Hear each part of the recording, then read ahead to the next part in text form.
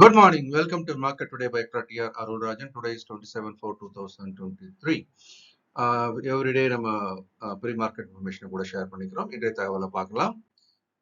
நேத்திக்கு முடிஞ்ச அமெரிக்க சந்தை அப்படின்னு பார்த்தீங்கன்னா Dow Jones S&P 500 marginally down. Margin சொல்ல முடியாது, கிட்டத்தட்ட 0.5% இறங்கி இருக்கிறதுனால கொஞ்சம் இது வந்து இறங்கியே நம்ம போனதை எடுத்துக்கலாம். ஆனால் இதுக்கு மாறாக டெக் ஸ்டாக்ஸ் நாஸ்டாக் இண்டெக்ஸ் பார்த்தீங்க அப்படின்னா அதை தாண்டி ஓரளவுக்கு கிட்டத்தட்ட 6% ஏறி முடிஞ்சிருக்கிறது நம்ம பார்க்குறோம்.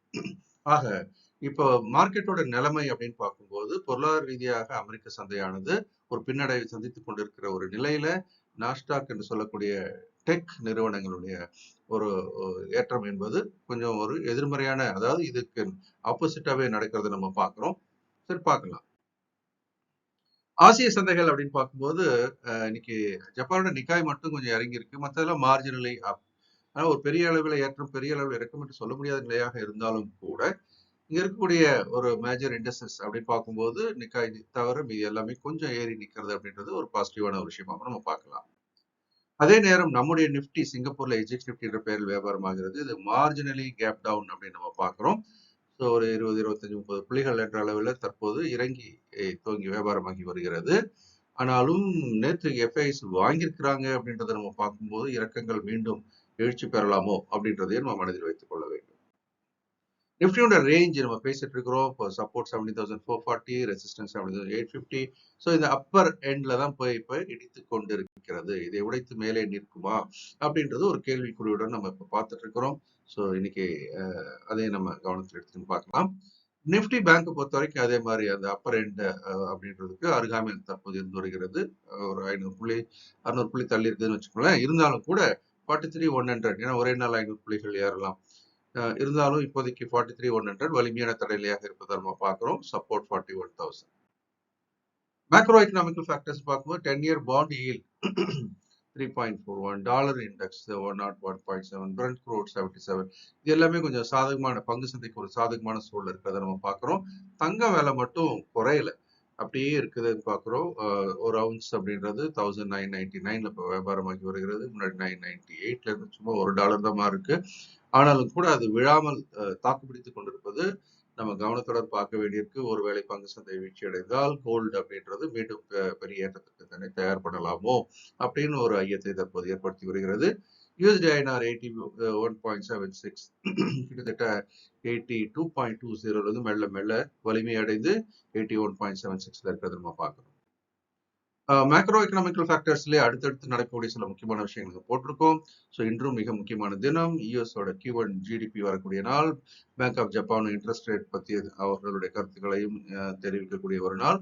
நாளைக்கு அப்படின்னு பார்க்கும்போது இந்தியாவோட பிசிக்கல் டெபிசிட், நாளான்னைக்கு யூரோசோனோட GDP. இந்த மாதிரி வரிசையா மேக்ரோ ஃபேக்டர்ஸ் வந்து தகவல்கள் வர இருக்கிறது. மைக்ரோ எக்கனாமிக்கல் ஃபேக்டர்ஸ் அப்படின்னு நம்ம பார்க்கும்போது Q4 ரிசல்ட்ஸ் இந்தியாவில் பார்த்துக்கிட்டே வரோம். நேற்று வெளியான பஜாஜ் ஃபைனான்ஸ், மாருதி எல்லாமே பார்த்தீங்கன்னா ஒரு தம்சம் தான். இப்போ அது இல்லாமல் L&T இன்ஃபோடெக்கோட ரிசல்ட் இப்போ வந்திருக்கு. அதுவும் வந்து ஒரு ஸ்ட்ராங் நம்பர்ஸை காட்டியிருக்கு, நம்ம பார்க்குறோம். ஏன் சார் L&T இன்ஃபோடெக் ஸ்பெசிஃபிக்காக இங்கே போட்டோம் அப்படின்னு சொன்னால், ஐடி நிறுவனங்களில் லீடிங் அப்படின்னு பார்க்கும்போது TCS டிசப்பாயிண்டிங், இன்ஃபோசிஸ் வந்து கொஞ்சம் டிசாஸ்டர்ஸ்ன்ற வார்த்தை கூட யூஸ் பண்ணிக்கலாம் பொதுவாக. அந்த மாதிரி ஒரு நிலைமையில ஓரளவுக்கு எஸ்சிடெக் மேல கொண்டு வந்தது. அதன் பிறகு விப்ரோவும் பைபேக் அனௌன்ஸ்மெண்ட்னால கொஞ்சம் தாக்கு பிடித்திருக்கிறது. இந்த நிலையில இந்த மிட் அண்ட் ஸ்மால் கேப் எல்லாமே வந்து இன்ஃபோ லைன்ல பார்க்கும்போது இன்ஃப்ரா ஐடி துறையில வலிமை காட்டி வருவதை பார்க்குறோம். நல்ல லாபம், நல்ல கைட்லைன்ஸ் அப்படின்ற ஒரு விஷயத்த நம்ம பார்க்குறோம். அதனாலதான் இதை உங்களுக்காக நினைவுபடுத்த போட்டிருக்கேன். அது இல்லாம Hindustan Unilever, axis bank, Kotak bank இதெல்லாம் முடிவுகள் வர இருக்கிறது, பார்க்கலாம். இது வரைக்கும் இந்தியா பொறுத்த வரைக்கும் பெரிய நிறுவனங்கள் ஓரளவுக்கு நல்ல லாபத்தை காட்டியிருக்கிறது. யூஎஸோட குவார்டர் ரிசல்ட்ஸும் வர இருக்குது. ஆனால் இது வரைக்கும் வந்தது அவ்வளோ சாதகமாக இல்லை. பட் மற்றபடி இந்த மாதிரி அமேசான், மைக்ரோசாஃப்ட், மேத்தா, கூகுள் இதனுடைய எண்கள் எப்படி இருக்குன்றத பொறுத்து வந்து பார்க்கலாம். FIS வந்து கடந்த சில தினங்களாக விற்பவர்களாக இருந்தார்கள் நான் சொல்லிட்டு இருந்தேன். இப்போ அவர்கள் வாங்குவராக மாறிவிட்டார்கள் 1257 கோடிக்கு. ஸோ அவங்களுடைய டெரிவேட்டிவ் செக்மெண்ட்லையும் கூட அவங்களுடைய வாங்குதல் கூடிக்கொண்டு வருகிறது. கேஷ் செக்மெண்ட்லையும் கூடிக்கொண்டு வருகிறது. டிஐஸ் 228 கோடி விற்பவர்களாக இருக்கிறார்கள். ஆக சந்தை முக்கிய தடைகளை உடைக்குமா அப்படின்றத பொறுத்து வந்து பார்க்கணும். FIS தொடர்ந்து இன்னும் 2-3 நாள் வாங்கினாங்கன்னா அது உடைக்கப்படுவதற்கான வாய்ப்பு உண்டு. So stock market for living mentorship program Monday அன்னைக்கு ஸ்டார்ட் ஆகுது. Between 9 and 11 live market analyse பண்ணுறோம். இன்ஸ்டிடியூஷன்ஸ் எப்படி மார்க்கெட்டில் பிஹேவ் பண்ணுறாங்கன்றதை வச்சு நம்ம இன்வெஸ்ட்மெண்ட் அண்ட் ட்ரேடிங் ரெண்டுமே பார்க்க போகிறோம். Master the stock market program இது 4 வார காலம்.